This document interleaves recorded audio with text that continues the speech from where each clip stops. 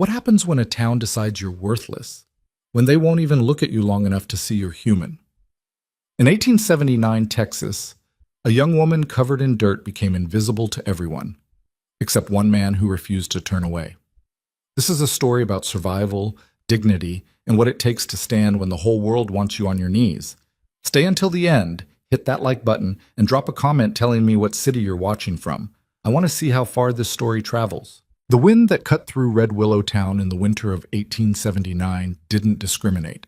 It carved through wool coats and canvas tents with the same indifference it showed the girl huddled against the side of Morrison's General Store. But while the wind treated everyone equally, the people of Red Willow did not. Maylin had learned that lesson the hard way. She sat with her knees pulled tight to her chest, her back pressed against the rough wooden planks that still held the morning's frost. Her hair, or what could be seen of it beneath the layers of dust and grime, hung in matted tangles around her face. Her clothes, if they could be called that, were little more than rags held together by stubborn threads and sheer will. The fabric had once been blue, maybe. Now it was the color of the road, of hard luck, of things people stepped over without a second thought. Around her, Red Willow moved with the casual rhythm of a town that knew exactly what it was and didn't pretend to be anything else. Men in clean shirts and leather vests walked past, their boots striking the boardwalk in confident, measured steps. Women in modest dresses kept their eyes forward, their hands clutching baskets of goods from the general store. Children ran and shouted, their laughter bright and careless in the cold air. And every single one of them looked right through her. It wasn't that they didn't see her. She could feel their eyes, quick, darting glances that landed and bounced away like stones skipping across water.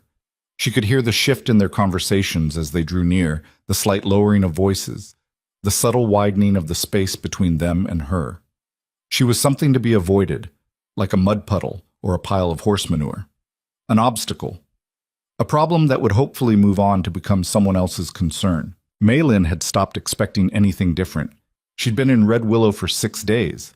Or was it 7? Time had a way of blurring when your world shrunk to the size of a single block of buildings, when your only goal was to make it through one more night.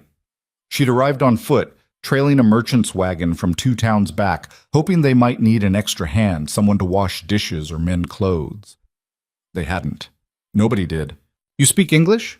the merchant had asked when she'd finally worked up the courage to approach. "Yes," she'd said. Her voice had come out smaller than she'd intended. The merchant had looked her up and down, not with interest, but with the flat assessment of someone evaluating livestock. "You got family here?" "No." "Anyone expecting you?" "No." He'd spat into the dirt. "Then you best keep moving. We got no work for strays." Stray. That's what she was now. The word had teeth. She'd tried the saloon first, slipping in through the back door while the afternoon crowd was still thin. The owner, a thick-necked man with a face like sun-baked leather, had taken one look at her and shaken his head. "Get out." "I can work," she'd said quickly. "I can clean, I can cook. You can leave." His hand had moved to something beneath the bar. "Right now." She'd left. She tried the boarding house next, then the restaurant, then the laundry service run by a stern-faced woman with gray hair pulled back so tight it seemed to stretch her whole face. Each time the answer had been the same. Sometimes it was words. Sometimes it was just a door closing, but the message never changed. Not here, not you, not ever. By the 3rd day, she'd stopped trying. By the 5th day, she'd stopped moving. Now she just sat. Mornings were the hardest. That's when the cold seemed to settle deepest into her bones, when the hunger was a living thing clawing at her insides. She'd learned to tuck her hands inside her sleeves, to keep her breathing shallow so the ache in her ribs didn't feel quite so sharp. She'd learned which shopkeepers might leave out scraps and which ones would chase her off with a broom. She'd learned that the best time to scavenge was just after sunset, when the light was too dim for people to get a good look at her, when they could pretend she was just a shadow passing by. She'd learned how to survive in the spaces between people's attention, but surviving wasn't the same as living. She knew that. Even at 19, even with everything she'd already been through, she knew the difference. A group of men walked past, their voices loud and loose with midday whiskey. One of them glanced her way, caught her eye for a fraction of a second, then turned back to his companions. And I told him, I said, "You want to play poker? You bring real money, not—" Their laughter drowned out the rest. Mei Lin pulled her knees tighter. She could feel the cold working its way through her skin, settling into the meat of her, the marrow. She wondered, in a distant sort of way, how long a person could sit in one spot before they just became part of the landscape, before they turned into a piece of the scenery nobody noticed anymore. Maybe that's what she was already. A fixture, a thing. The thought should have bothered her more than it did. The sun was high and brittle in the winter sky when she heard the horse. Not unusual. Horses came and went all day in Red Willow, but this one moved differently, slower, more deliberate. The rhythm of its hooves against the hard-packed dirt was steady, unhurried. Mei Lin didn't look up. She'd learned not to look up. Eye contact invited attention, and attention was rarely good. The horse stopped. She kept her gaze on the ground, on the pattern of boot prints and wheel ruts that crisscrossed the street like scars. She counted them. 17 boot prints in her field of vision. 18. 19.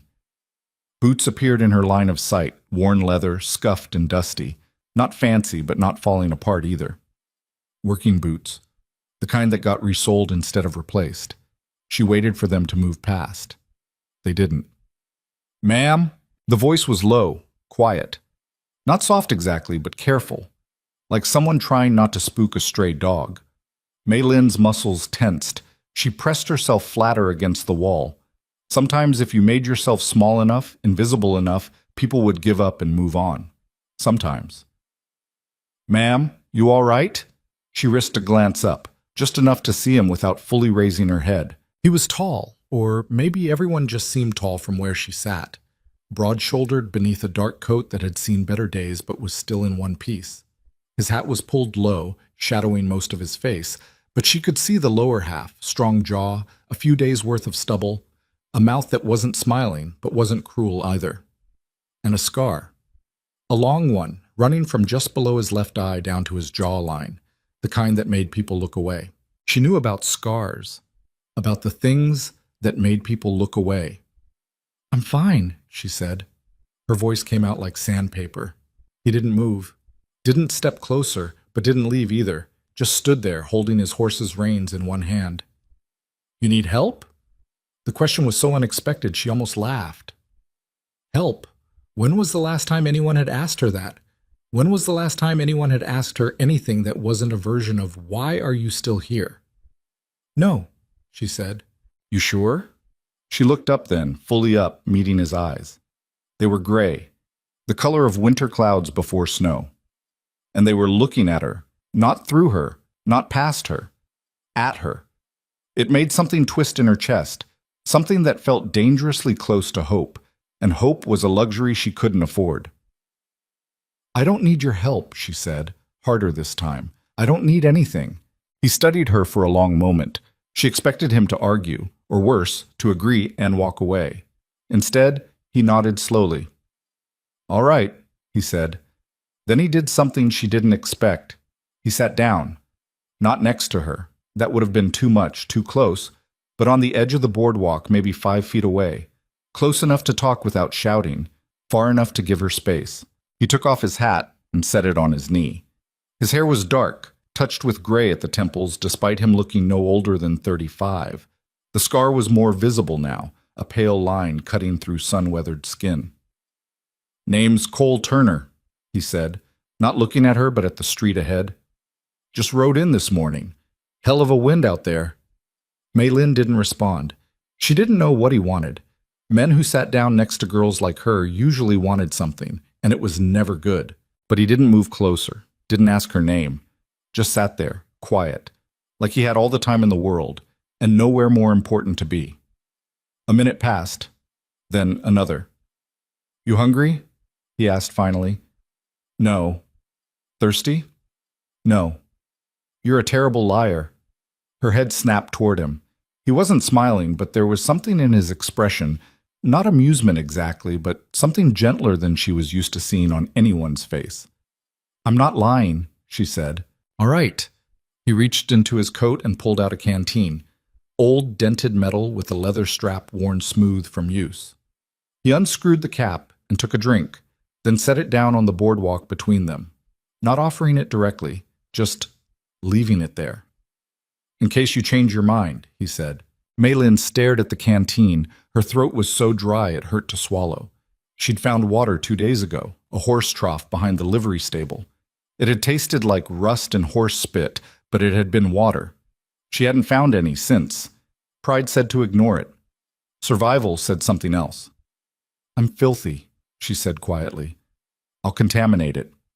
Cole glanced at her, then at the canteen. It's seen worse. I don't mean the canteen. She meant herself. She meant the dirt that covered her skin like a second layer. The smell she knew must be coming off her in waves, even though she'd stopped noticing it days ago. She meant everything that made her unfit for decent company. She meant, don't waste your kindness on something this ruined. Cole was quiet for a moment. Then he said, water's water, dirt washes off. Simple words. Practical. But the way he said them, like they were just facts, not judgments, made her throat tighten in a way that had nothing to do with thirst. She reached for the canteen. Her hands were shaking. She tried to hide it, but there was no point. He could see everything anyway. The water was cold and clean, and the best thing she'd tasted in weeks. She forced herself to take small sips, to not gulp it down like an animal, even though every cell in her body screamed at her to drain the whole thing. When she lowered the canteen, she'd only drunk maybe a quarter of it. She held it out to him. Keep it, he said. I can't. You can. He stood up, brushing dust from his pants. I'll be at the boarding house if you need anything else. He picked up his hat, settled it back on his head, and started to walk away. Wait, Maylin heard herself say. He stopped, turned back. She didn't know what she wanted to say. Think you seem too small. Why are you doing this seem too dangerous to ask? Don't touch me, she said instead. I'm filthy. I'll make you dirty too. Something flickered across his face, not pity, not disgust. Something else. Something she couldn't name. Noted, he said. Then he was gone, leading his horse down the street toward the far end of town where the boarding house stood. Maylin sat there for a long time after he left, the canteen clutched in both hands like an anchor. The metal was warming from her grip, losing its chill. Around her, Red Willow continued its day. People walked past. Wagons rolled by. Nobody looked at her, nobody except him. She lifted the canteen and took another small sip. The water slid down her throat, cold and clean. So clean, it almost hurt. Dirt washes off, he'd said. She looked down at her hands, at the grime embedded in every crease of her palms, under her fingernails, in the whorls of her fingerprints. She'd been dirty for so long she'd almost forgotten what clean felt like. But she remembered now. Suddenly, vividly, she remembered. What you... But 3 years ago, she had had clean hands. 3 years ago, she'd had a family. They'd left China together, her mother, her father, her younger brother Wei. The promises had been bright and big. Opportunities in America, work in the railroad camps, money to send back home. A better life. The journey had been... She didn't have words for what the journey had been. Weeks pressed into the dark, cramped belly of a ship, surrounded by people who coughed and wept and prayed in a dozen different languages. The smell had been unbearable, the sounds worse. When they'd finally seen land, Maylin had wept with relief. That relief had lasted exactly 4 days. The railroad camp was brutal. Men died regularly, crushed by falling rocks, lost to dynamite accidents, worked until their hearts simply stopped. But the camp bosses didn't care. There were always more workers, always more desperate people willing to trade their lives for a handful of coins. Her father had lasted 6 months. A tunnel collapse. They'd never recovered his body. Her mother had lasted another year. Fever. There was no doctor, no medicine, just Maylin pressing wet cloths to her mother's burning forehead and watching her waste away to nothing. Wei had been 12 when he'd decided to run. Some of the older boys were planning to escape, to try their luck in one of the mining towns further west. They'd promised to take Wei with them, promised to keep him safe. Maylin had begged him not to go. He'd hugged her tight and told her he'd come back for her. As soon as he made enough money, as soon as he found somewhere safe, he'd come back. She'd never seen him again. After that, Maylin had been alone, and alone was dangerous. The camp bosses had started looking at her differently. The other workers had started looking at her differently. She'd understood what would happen if she stayed. So she'd run. She'd hidden in supply wagons, slept in barns, traded work for food when she could, and stole when she couldn't. She'd learned that being pretty was a liability, that men looked at young Chinese women and saw either a servant or something worse. She'd learned that dirt was a kind of armor, that if you made yourself ugly enough, invisible enough, some men would leave you alone. Not all of them, but some. She'd been running for 2 years. 2 years of towns that didn't want her, jobs that lasted a week before someone complained, nights spent shivering in alleys and abandoned buildings. 2 years of being a ghost, a stray, something that existed in the margins of other people's lives. She'd forgotten what it felt like to be seen, until today.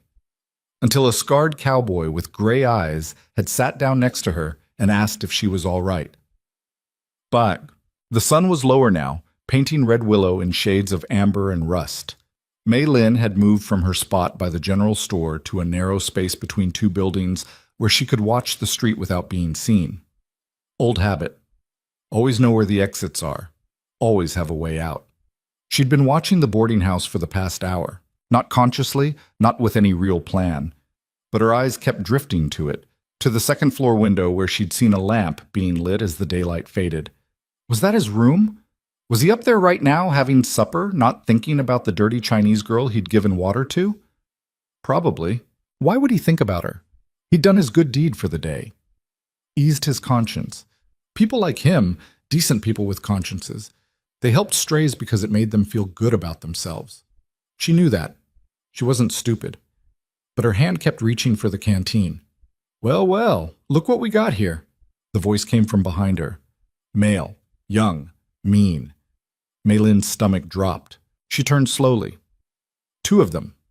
Boys, really, probably 17 or 18. Both dressed like cowboys, though she doubted either one had done a real day's work in their lives. Rich kids playing at being rough. The kind who got mean when they were bored. The taller one was grinning. Thought you moved on. Guess you're stupider than you look. The shorter one, darker-haired and meaner-eyed, took a step closer. You know you ain't supposed to be here, right? This is a respectable town. Mei Lin didn't respond. Didn't move. Prey instinct. Maybe if she stayed still enough, they'd lose interest. I'm talking to you, China girl. Leave me alone, she said quietly. Leave me alone, the tall one mimicked in a high-pitched, mocking voice. His friend laughed. You got some nerve, the dark-haired one said. Sitting here all week, stinking up the town. People are starting to talk. Starting to wonder why nobody's run you off yet. I'll leave, Mei Lin said. Tomorrow. I'll leave tomorrow. Nah. He smiled, and it was the worst kind of smile. See, the thing is, we don't believe you. We think you're going to stick around, keep making the place look bad. So we're here to give you some encouragement. The tall one pulled out a flask, took a drink, offered it to his friend, who also drank. Liquid courage. This was going to get worse. Pretty face under all that dirt, the tall one said, squinting at her. Bet she'd clean up nice. Don't matter what she looks like, the dark-haired one said. She ain't people. They were getting closer. Mei Lin's heart was hammering. The alley behind her was narrow, barely wide enough for one person. If she ran, they'd catch her in seconds. If she screamed, nobody would come. She'd learned that lesson already. So she did the only thing she could do. She made herself smaller, wrapped her arms around herself, lowered her head, became invisible. What's going on here? The voice cut through the air like a blade. Not loud, but absolute. The kind of voice that expected to be obeyed. Cole Turner stepped around the corner, his tall frame filling the narrow space. His coat was unbuttoned, his hand resting, casually, but noticeably, on the grip of the revolver at his hip. The 2 boys froze. Nothing, the dark-haired one said quickly. Just having a conversation. Didn't look like a conversation. Cole's eyes moved to Mei Lin. You all right? She nodded, didn't trust her voice. See? The tall one spread his hands. Everything's fine. We were just leaving, Cole finished. You were just leaving. Now hold on. Wasn't a suggestion. The weight in his voice could have cracked stone. The boys exchanged glances, trying to decide if they were brave enough to push back. Cole just waited, patient and immovable as a mountain. The dark-haired one broke first. "Come on, Jake. Ain't worth it." "Yeah," Jake muttered. "Yeah, all right." They backed away, trying to salvage their dignity with muttered curses and hard looks. But they left. And Cole stood there, watching until they disappeared around the corner. Only then did he turn back to Mei Lin. "You hurt?" She shook her head. "They've been bothering you before?" "Sometimes." His jaw tightened. "They touch you?" "No." "Good." He looked like he wanted to say more, but instead he just stood there, giving her space to breathe, to stop shaking. After a moment, he said, "You got somewhere to sleep tonight?" The question was gentle, non-threatening, but Mei Lin still felt her defenses slam up. "I'm fine." "That's not what I asked." "I don't need—" "I know," he interrupted quietly. "You don't need help. You don't need anything. I heard you the first time." He paused.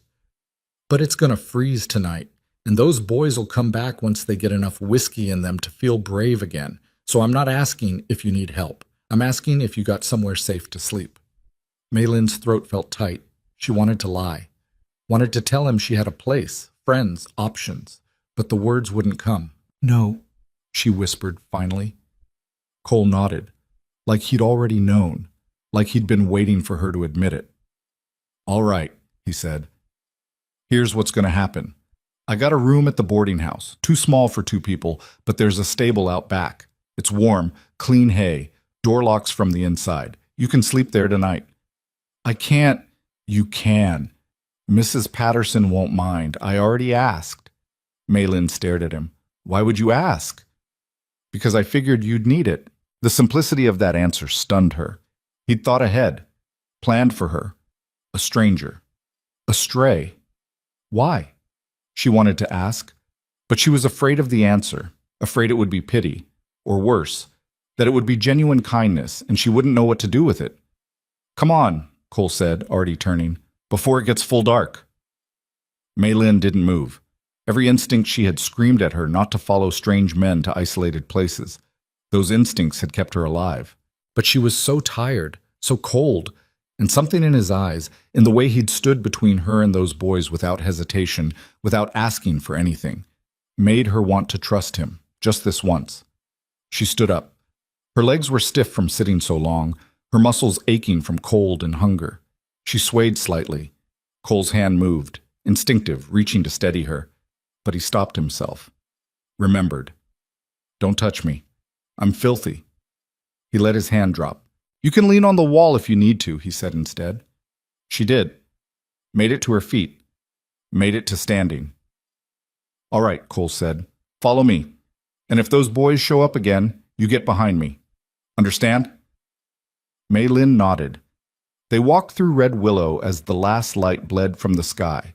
People were heading home, locking up shops, lighting lamps in windows. Normal evening sounds. Normal lives. Nobody looked at them. Nobody except Mrs. Patterson, the boarding house owner, who watched from her window as Cole led Mei Lin around to the stable.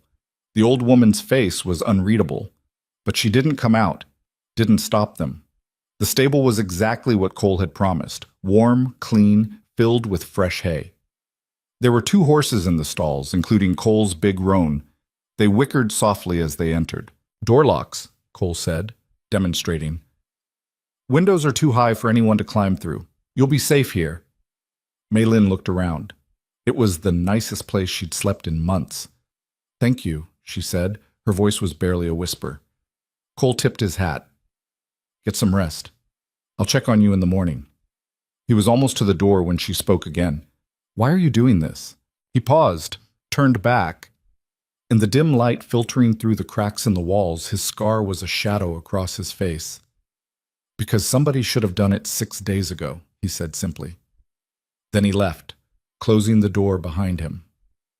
Mei Lin stood alone in the stable, surrounded by the smell of hay and horses and safety. She listened to his footsteps fade, listened to the night settle over Red Willow. Then, slowly, she sank down into the hay. And for the first time in longer than she could remember, she slept without fear. Morning came too early and too bright. Maylin woke to sunlight cutting through the gaps in the stable walls, thin golden blades that fell across her face and made her eyes sting.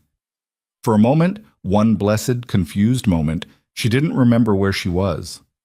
Then awareness crept back in layers, the scratch of hay against her cheek, the smell of horses and leather, the ache in her bones from sleeping on something that wasn't cold ground. The stable. She was in the stable. She sat up slowly, brushing straw from her hair. Her body protested every movement.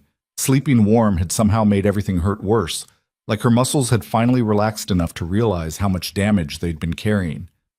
Outside, she could hear Red Willow waking up, voices calling to each other, the rattle of wagon wheels, the rhythmic clang of the blacksmith's hammer already starting up. Normal sounds. Morning sounds. She stood carefully, testing her legs. They held. Barely, but they held.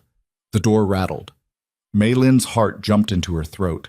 She backed against the far wall, eyes locked on the entrance. "It's me," came Cole's voice. "Can I come in?" She exhaled. "Yes."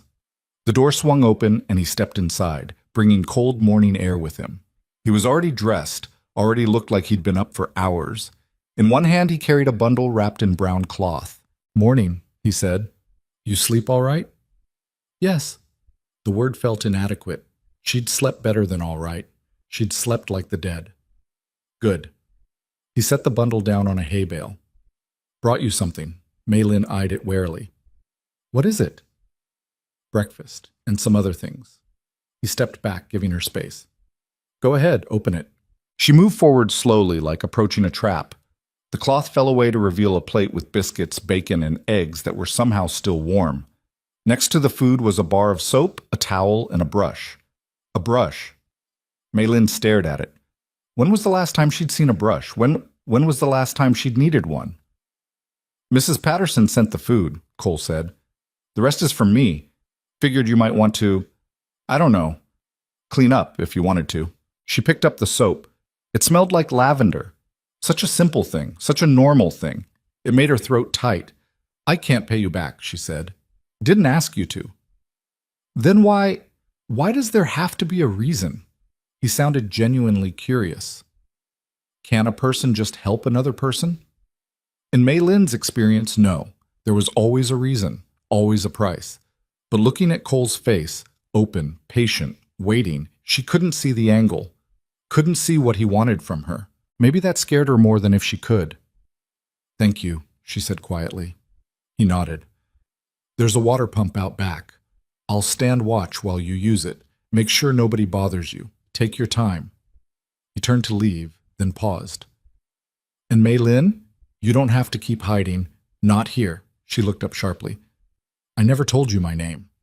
"I know, but you look like you needed someone to know it anyway." Then he was gone, pulling the door shut behind him.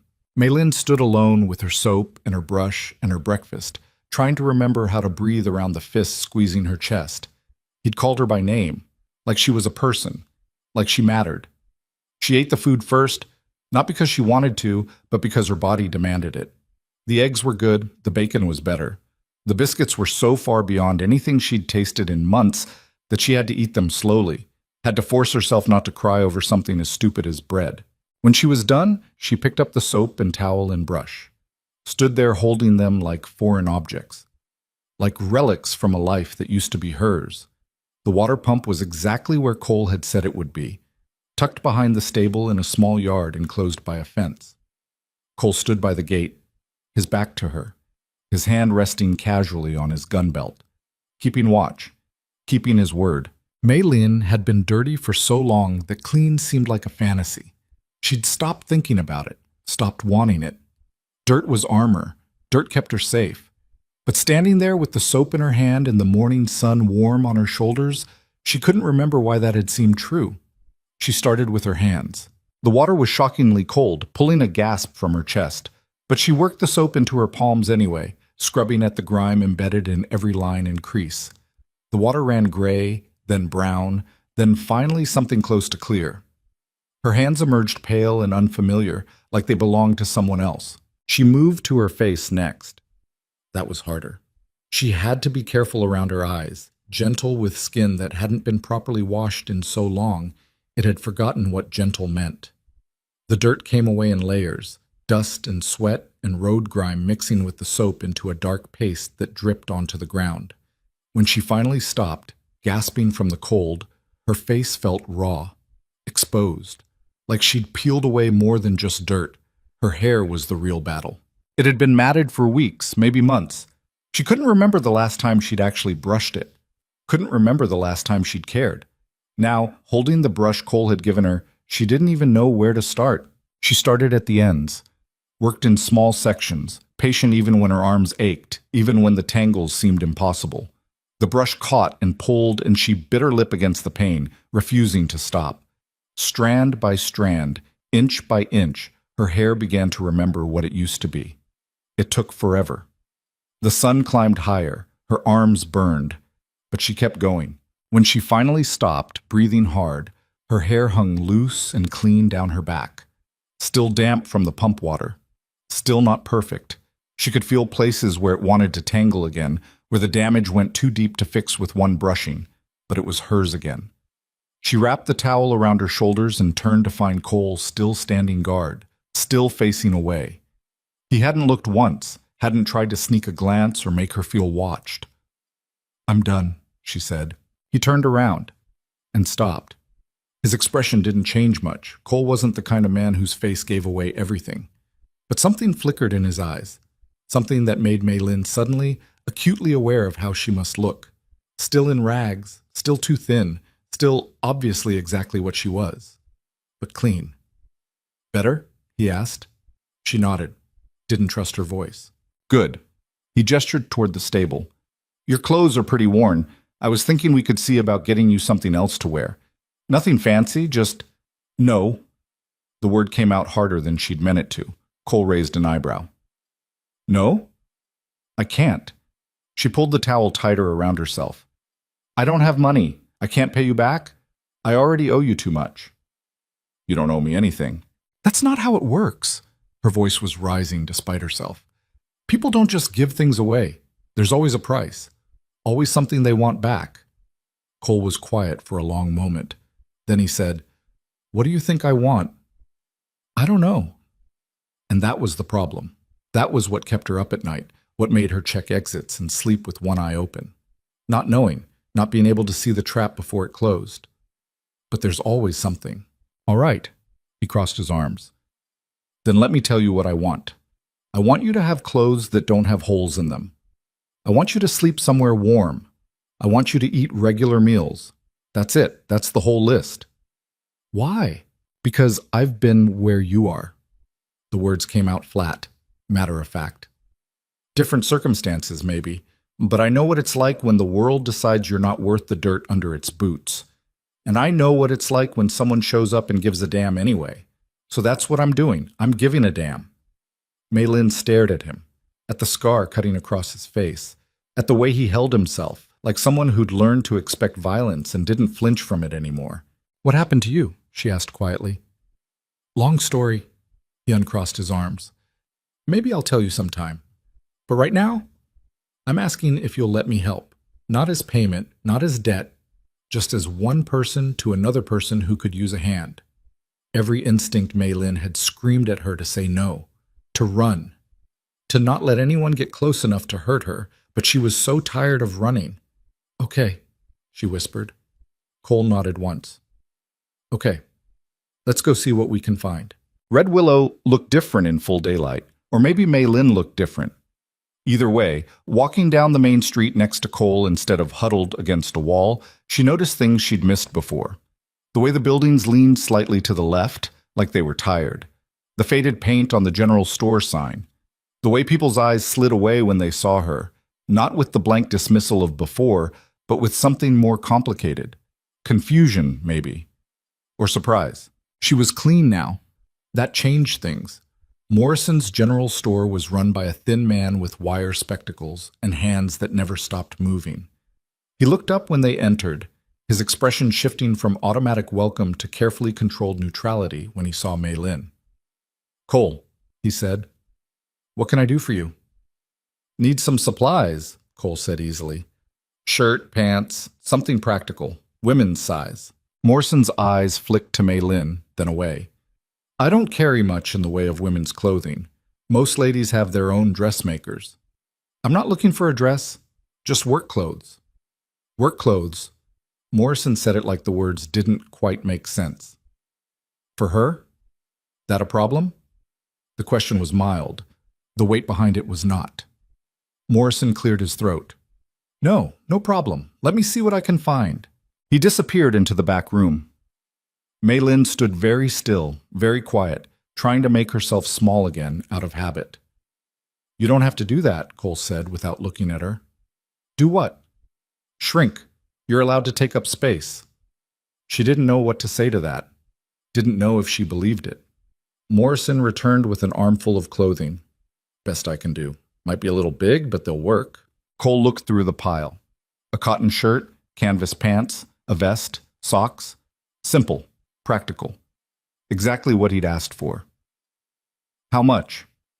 $3. It was too much. Mei Lin knew it was too much. She could see it in the way Morrison's jaw was set, in the slight edge to his voice. He was charging extra, punishing Cole for helping her. Cole pulled out the money without hesitation, laid it on the counter. Appreciate it, he said. Outside, Mei Lin finally found her voice. He overcharged you. I know. Why didn't you say anything? Because it would have started a fight, and fighting with him wasn't going to change the price. Sometimes you just pay the tax and move on. The tax? The tax for being decent. Cole handed her the bundle of clothes. People charge it when they can't stop you from doing something but want to make you hurt for it anyway. Mei Lin held the clothes against her chest. They smelled like cotton and dye and possibility.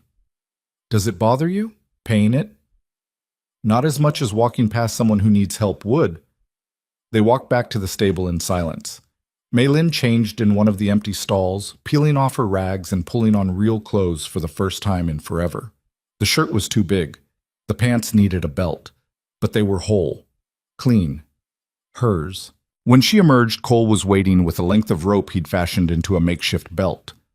Not fancy, he said, handing it to her, but it'll keep your pants up. She took it, threaded it through the loops, tied it tight. Thank you, she said. Then, because the words felt too small, for all of it. You already thanked me. I know, but I don't know how else to. She trailed off, frustrated with her own inability to articulate what was happening in her chest. The strange, unfamiliar weight of gratitude mixed with fear, mixed with something that might have been hope if she was brave enough to name it. Cole seemed to understand anyway. You want to help? You can help me with something. With what? I need to fix a fence. Got hired to do it this morning. Old property on the edge of town. Could use an extra pair of hands if you're willing. Mei Lin blinked.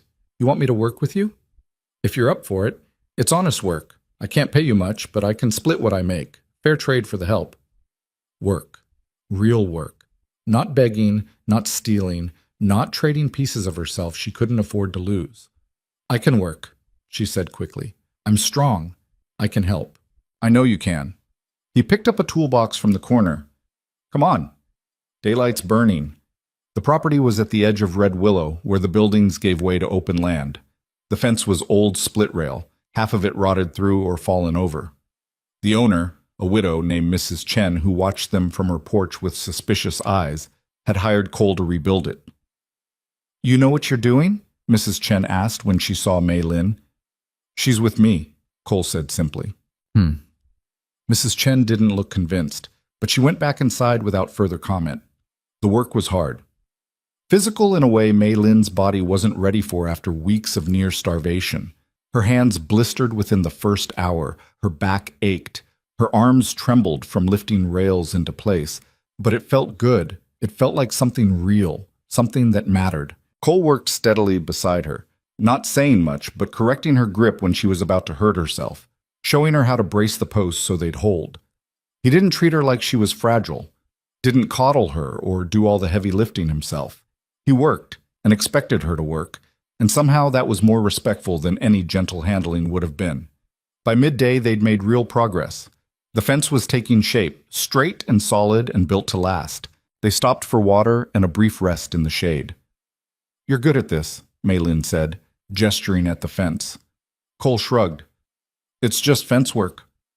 No, I mean, you're good at seeing what needs to be done, at making things right. He took a long drink from his canteen. I spent a lot of years making things wrong. Figured I owed the world some balance. Is that how you got the scar? The question was out before she could stop it. She regretted it immediately. Too personal, too invasive. But Cole just ran a finger along the raised line on his face, thoughtful. This? No. This was after. This was when I was trying to make things right and somebody disagreed with my methods. Did you kill them? No. Did you want to? He looked at her then, really looked at her. Yeah, I wanted to, but wanting to and doing it are different things. That's the line I'm trying to stay on the right side of. Maylin understood that. The line. The constant calculation of how far you could bend before you broke. How much you could take before you became the thing you were running from. I've wanted to hurt people too, she admitted quietly. The men who, when they look at me like I'm not human, like I'm just something to use and throw away. I've wanted to make them bleed. Natural feeling. But I haven't. I know. How do you know? Because if you had, you wouldn't be sitting here feeling bad about wanting to. You'd be harder, colder. He set down his canteen. You've been through hell, Maylin, but you're still soft in the places that matter. That's not weakness. That's strength. She didn't feel strong. She felt tired and scared and so far from safe it hurt. But maybe strength wasn't about feeling strong. Maybe it was about surviving even when you felt like breaking. They worked until sunset. By the time they finished, the fence stood complete, solid and straight and true. Mrs. Chen inspected it with a critical eye, then nodded once. Good work, she said. She paid Cole, then looked at Maylin. You too. You did good work. It was the first compliment Maylin had received in longer than she could remember. It hit her harder than it should have. Thank you, she managed. Walking back to town, Cole split the payment exactly down the middle. Maylin stared at the coins in her palm, more money than she'd held in months. I didn't do half the work, she protested. You did more than half the work. I just knew what I was doing. He pocketed his share. Besides, this way you can start paying your own way. No debts, no favors, just your own earned money. The weight of the coins felt good, felt real. That night Maylin didn't sleep in the stable. Cole had arranged for her to rent a tiny room at the boarding house. Nothing fancy, barely more than a closet with a bed, but it had a door that locked and a window that let in morning light. She lay in the narrow bed, clean and fed and employed, and tried to remember the last time she'd felt this close to human. It scared her. This feeling. This dangerous, fragile hope that maybe things could be different. That maybe she could be different, because hope meant you had something to lose. And Maylin had already lost so much. The nightmares came back on the third night. Maylin woke gasping in the dark, her heart hammering against her ribs like it was trying to escape. For a moment she didn't know where she was. The walls were wrong. The air smelled different. There was a ceiling above her instead of stars. Then memory clicked into place. The boarding house. Her room. Safe. Except she didn't feel safe. She sat up, pulling the thin blanket around her shoulders. The dream was already fading, leaving behind only fragments. Her mother's face, gray with fever. Wei's voice calling for her from somewhere she couldn't reach. The camp foreman's hands, the weight of dirt she'd caked onto her skin day after day, until she couldn't remember what clean felt like. But she was clean now. That was the problem. Being clean meant being visible. Being visible meant being vulnerable. For 2 years, dirt had been her shield. Now that shield was gone, and she felt naked, even fully clothed. She didn't sleep again that night, just sat by the window and watched Red Willow's empty streets until dawn started painting them gray. When she went downstairs for breakfast, Cole was already there. He took one look at her face and set down his coffee. Rough night? She nodded. Want to talk about it? No. Fair enough. He pushed a plate of eggs toward her. Eat anyway. We got more fence work today if you're up for it. She was. The work helped. Kept her hands busy, her mind occupied. Made her too tired to think by the end of the day. They fell into a rhythm over the next week. Wake at dawn, breakfast at the boarding house, work, sometimes fences, sometimes hauling supplies for the general store, once helping to repair a barn roof that had partially collapsed under winter snow. The jobs were never glamorous, always physical, and Cole split every payment down the middle without her having to ask. Red Willow was starting to notice. Maylin could feel the shift in how people looked at her. Not acceptance exactly, that would have been too much to hope for, but something closer to grudging acknowledgement. She existed now in a way she hadn't before. She was the Chinese girl who worked with Cole Turner. That was an identity, at least, a place in the town's mental geography. Some people even spoke to her. "Morning," Mrs. Patterson said one day as Maylin passed through the boarding house lobby. Maylin nearly tripped. "Morning." It was such a small thing, such a normal thing, but it hit her like a gift. Not everyone was warming to her presence. The two boys who'd cornered her that first night, Jake and his dark-haired friend whose name she'd learned was Daniel, watched her with barely concealed resentment whenever their paths crossed. She could feel their eyes tracking her down the street, could hear the muttered comments they made just loud enough for her to catch. "Think she's something special now. Turner's pet project. Wonder how she's paying him back." The implication in that last one made her skin crawl. But she kept walking, kept her head up, kept pretending their words bounced off instead of burrowing in. Cole heard them too, she knew. She could see it in the way his jaw would tighten and how his hand would drift toward his gun, but he never confronted them, not in front of her. "They're just words," he said once when she asked why he let it slide. "I start a fight every time someone says something stupid. I'll never stop fighting." "Doesn't it bother you?" "Yeah, but there's a difference between being bothered and letting it control you. You can't live your life reacting to every piece of trash that blows past." Maylin tried to believe that, tried to let the comments slide off like he did, but every word stuck, adding to the weight she carried. On the 9th day, something changed. They were working on a project for the blacksmith, repairing a storage shed that had been damaged in a storm. Maylin was inside organizing tools while Cole worked on the roof. She heard voices outside, male voices. Familiar. Her stomach knotted. She edged to the doorway and looked out. Jake and Daniel were standing a few feet from the shed, arms crossed, watching Cole work. "That's some quality labor you got there, Turner," Jake called up. "Real professional." Cole didn't stop hammering. "You boys need something?" "Just wondering how long you plan on keeping your little charity case around, starting to make people uncomfortable." "What people?" "Decent people. People who don't want this town turning into a refuge for every stray that wanders in." Cole set down his hammer, climbed down from the roof with deliberate slowness. When he reached the ground, he was a full head taller than either of them. "You speak for the whole town now?" he asked mildly. "I speak for the people too polite to say what they're thinking," Jake said. His voice had an edge to it, trying for authority, landing somewhere closer to petulance. "That girl's trouble. She doesn't belong here." "Why? Because she's Chinese? Because she was down on her luck? What exactly makes her not belong?" Jake struggled for words. "She's not right. She's dirty. She's cleaner than you are." Daniel stepped forward, trying to back up his friend. "You know what he means. She's not one of us. And you taking her under your wing, treating her like she's something she's not, it's giving people the wrong idea." "What idea is that?" "That she matters." The words hung in the air like smoke. Maylin felt them settle in her chest, heavy and familiar. She'd heard variations of this speech her whole life. Different words, same message. You don't belong, you never will. Stop trying. But Cole's expression didn't change.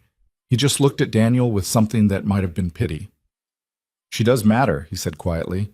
"Same as you, same as me. That's not an idea. That's a fact." "That's bullshit," Jake spat.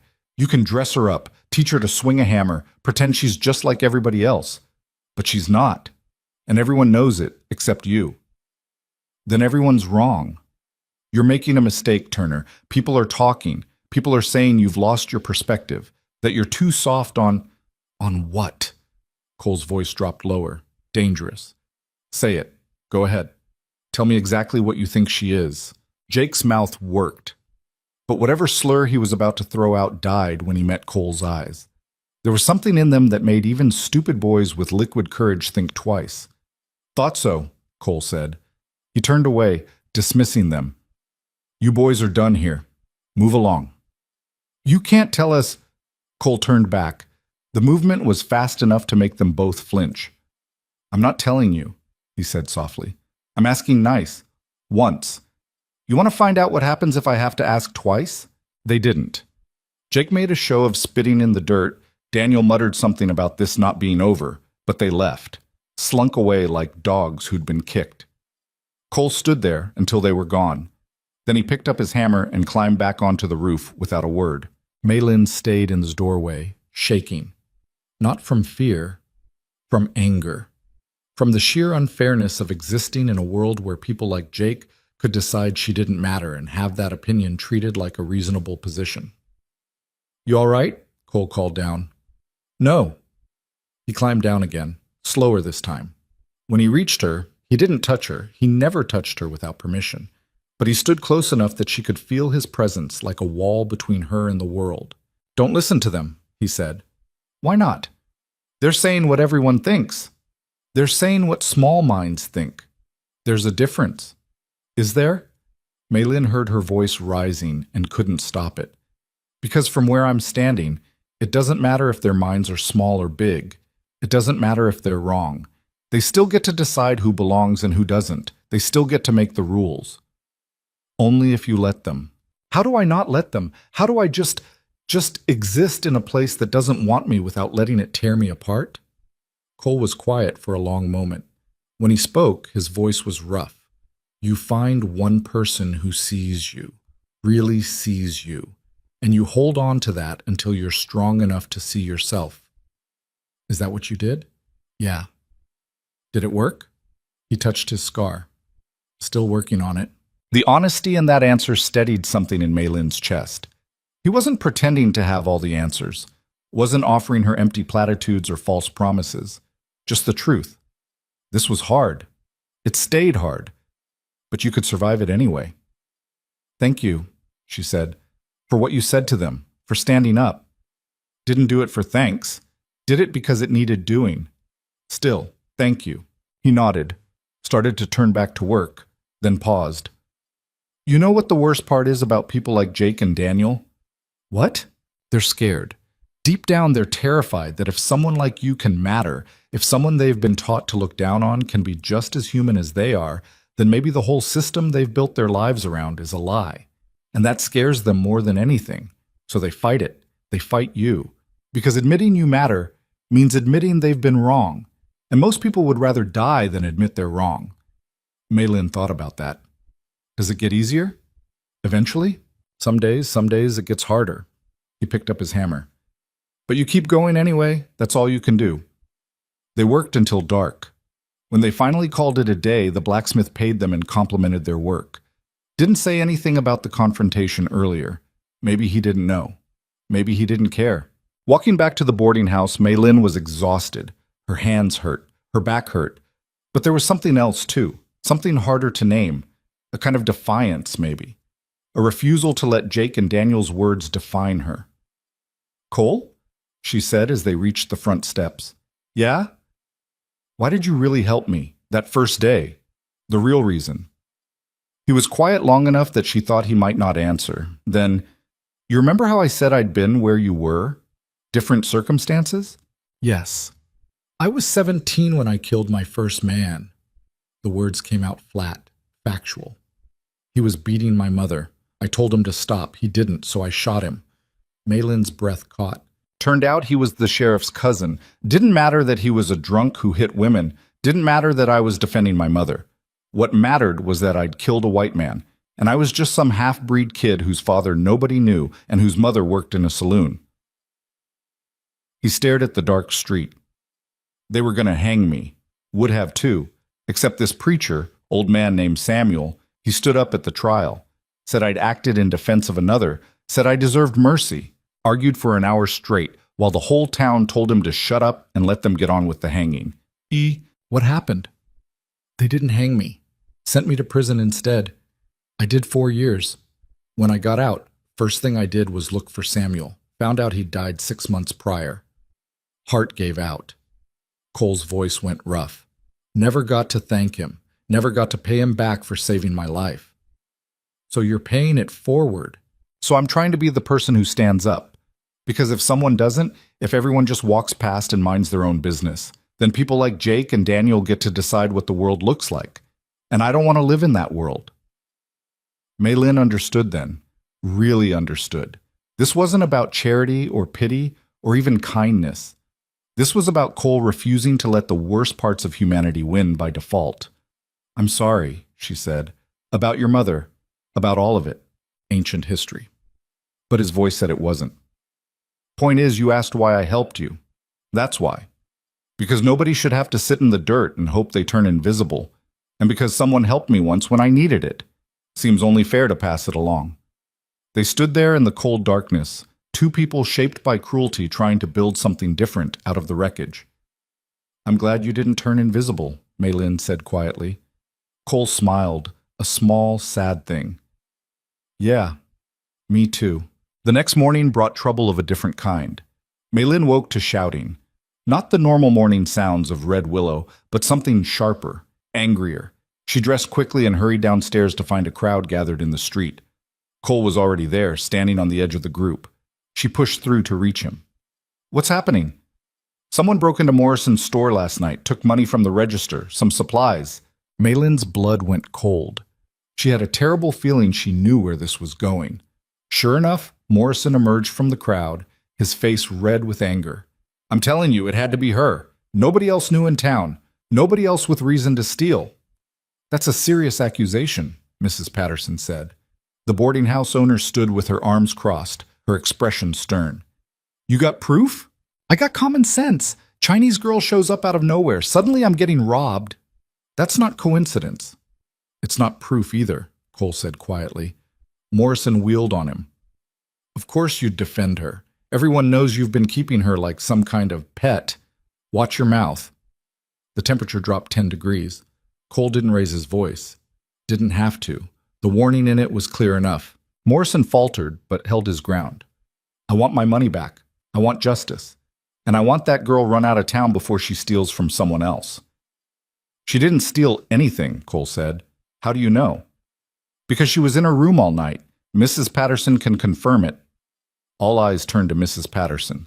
The old woman looked at Maylin for a long moment, her expression unreadable. "That's right," she said finally. "Girl's room is right under mine. I'd have heard if she'd gone out. She didn't." Morrison's face went even redder. "You're all protecting her, all of you. But I know what I know, and I know this town was safer before she showed up." "Your store getting robbed has nothing to do with her," Cole said. "Could have been anyone. Could have been those boys who've been drinking themselves stupid every night at the saloon. Could have been someone passing through. You don't know." "I know enough." The crowd was murmuring now, some people nodding along with Morrison, others looking uncertain. Maylin felt their eyes on her, judging, weighing, deciding her guilt or innocence based on nothing more than the color of her skin and the fact that she was an outsider. She wanted to run. Every instinct screamed at her to run, but she thought about what Cole had said, about finding one person who sees you, about holding on until you're strong enough to see yourself. She stepped forward. "I didn't steal from you," she said. Her voice shook but held. "I didn't steal from anyone. I've been working, earning my own money. I don't need to steal." Morrison scoffed. "Working? Doing what? Following Turner around like a lost dog? Building fences? Repairing buildings? Honest work." She lifted her chin. "You can ask Mrs. Chen, ask the blacksmith, ask anyone I've worked for. I do my job. I don't steal." "You're a liar and a thief." "That's enough." Cole's voice cut through like a blade. He stepped between Maylin and Morrison. "You make one more accusation without proof, we're going to have a problem." "You threatening me?" "I'm stating facts. You got robbed. That's unfortunate. But you don't get to blame someone just because it's convenient. You want to find who actually did it? Go talk to the sheriff. But leave her out of it." Morrison looked like he wanted to argue, but something in Cole's stance, the way he stood perfectly still, perfectly balanced, hand resting casual, but ready near his gun, made him think better of it. "Fine," he spat. "But when something else goes missing, when this town realizes what you've brought into it, don't say I didn't warn you." He stalked off. The crowd began to disperse, some people casting backward glances at Maylin, others studiously avoiding looking at her at all. When it was just her and Cole and Mrs. Patterson, Maylin finally let herself breathe. "Thank you," she said to Mrs. Patterson, "for vouching for me." The old woman sniffed. "I don't lie. You were in your room. That's just fact." She paused. "Though I'll say this, you're either very unlucky or very brave to stay in a town that doesn't want you.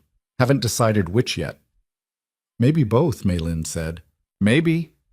Mrs. Patterson turned to go, then stopped. "That hair of yours is getting long, getting in your way. Come by my room tonight. I'll trim it for you. No charge." She left before Maylin could respond. Cole watched her go, then turned to Maylin. "You all right?" "I don't know." She felt shaky, wrung out. "Do you think they'll ever stop, looking at me like I'm something wrong?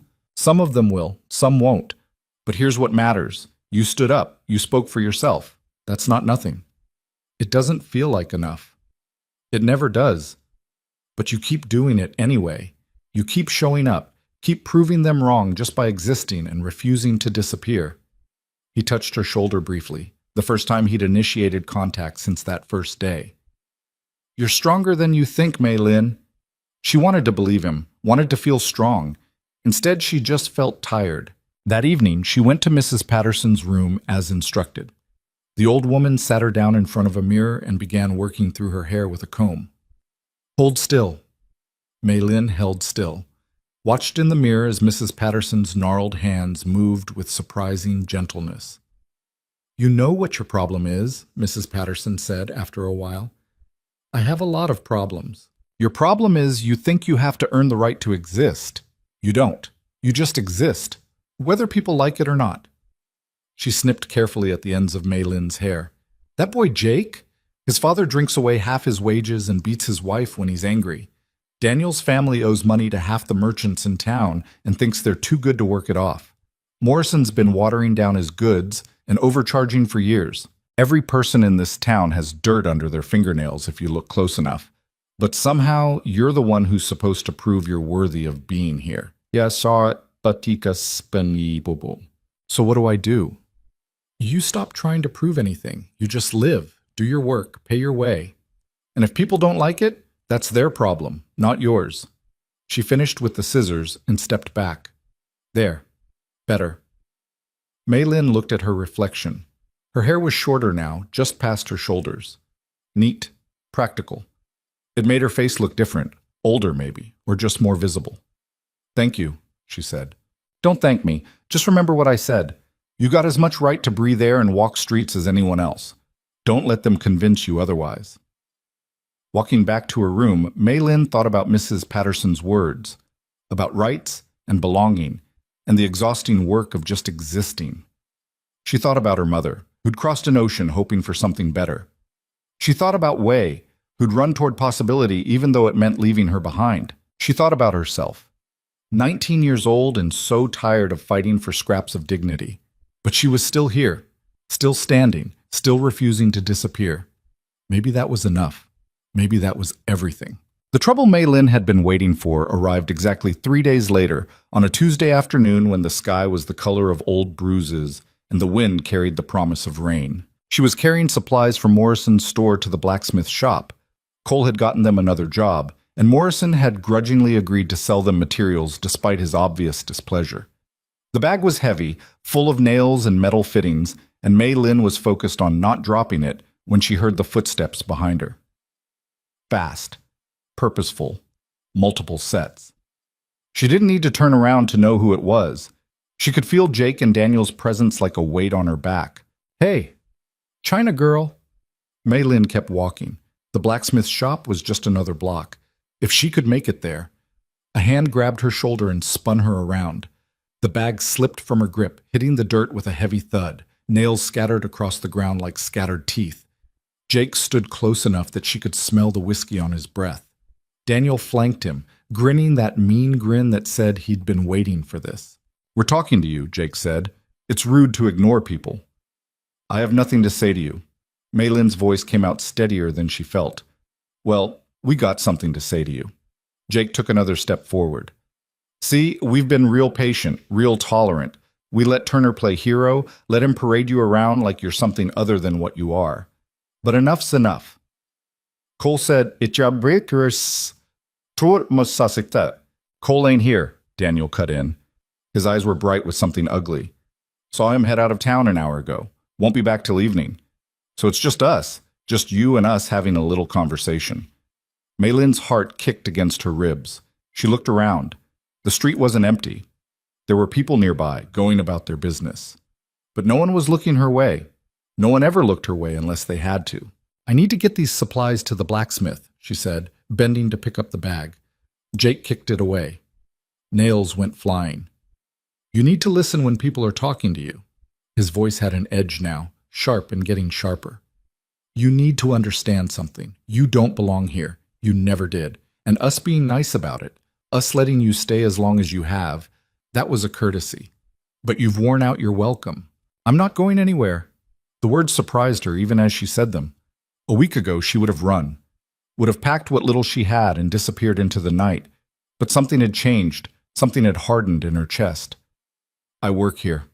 I pay my own way. I have as much right to be here as you do. Jake's face went red. You have no rights. You're nothing. You're a stray dog that should have been run off the first day you showed up. Funny, Maylin said, her voice cold.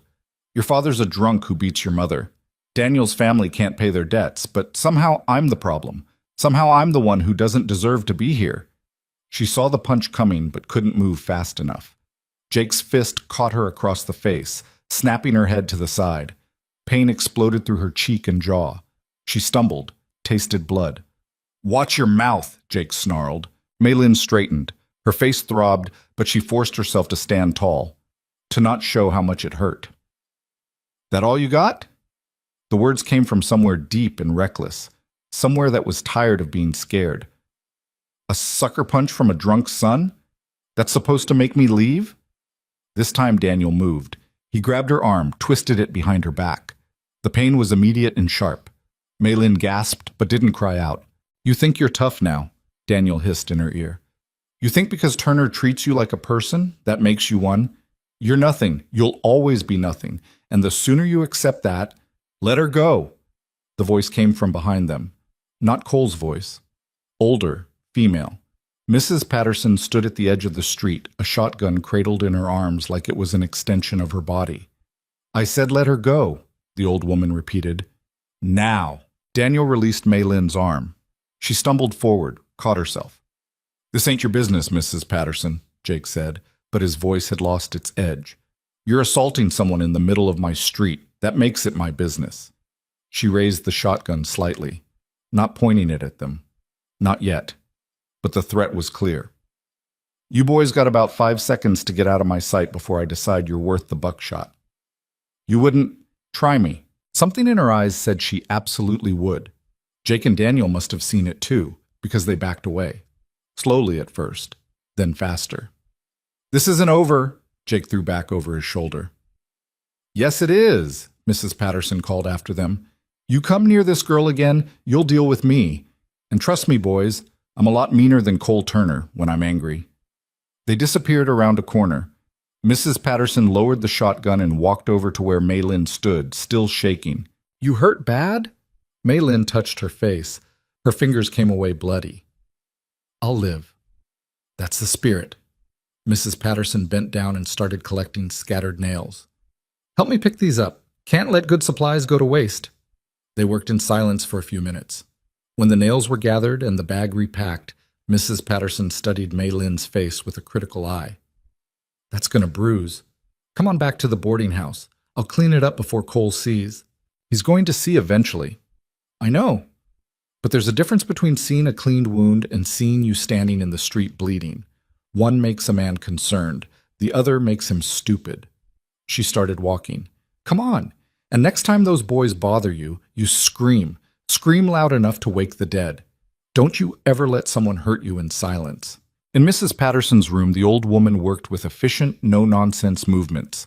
She cleaned the cut on Maylin's cheek with water that stung and pressed a cold cloth to the swelling. Her hands were surprisingly gentle. Why did you help me? Maylin asked. You don't even like me. I never said I didn't like you. Mrs. Patterson wrung out the cloth, pressed it back to Maylin's face. I said I hadn't decided if you were brave or unlucky. Still haven't. But that doesn't mean I'm going to stand by and watch two drunk idiots beat on a girl half their size.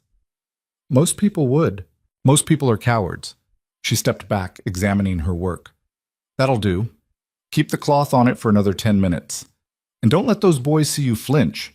They smell weakness like dogs smell fear. I don't know how to not be weak. Mrs. Patterson laughed, short and sharp.